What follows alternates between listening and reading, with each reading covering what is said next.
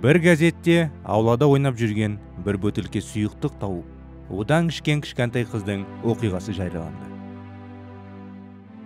Оған бейтаныс заттарды ұстауға тыйым салынған еді. Бірақ қызығушылық пен тілазарлық қайғылы салаларға келді. Қатты улану жағдайындағы қыз ауруханаға жеткізілді.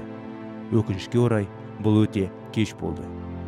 Нәресте жақсы сусын ретінде қабылдаған сұйықтық адамдар үшін өлімге әкелетін арам шөптердің уы болды.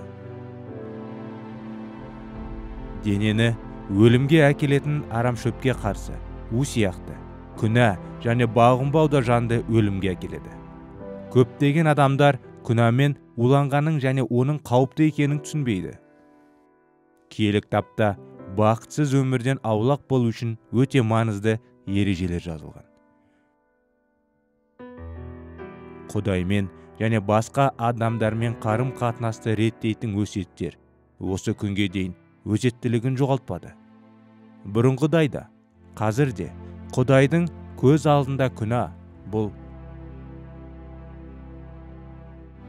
ұрлық, адам өлтіру, опасыздық, неке адалдығын бұзу, мас күнемдік, жалған тәңірлерге табынушылық, кек, өтірік, ата-аналар мен қарт адамдарға құрметсіздік, қатыгездік және тағы басқа. Осы өсиеттердің барлығы жаңа өсиетте тағы да қайталанады.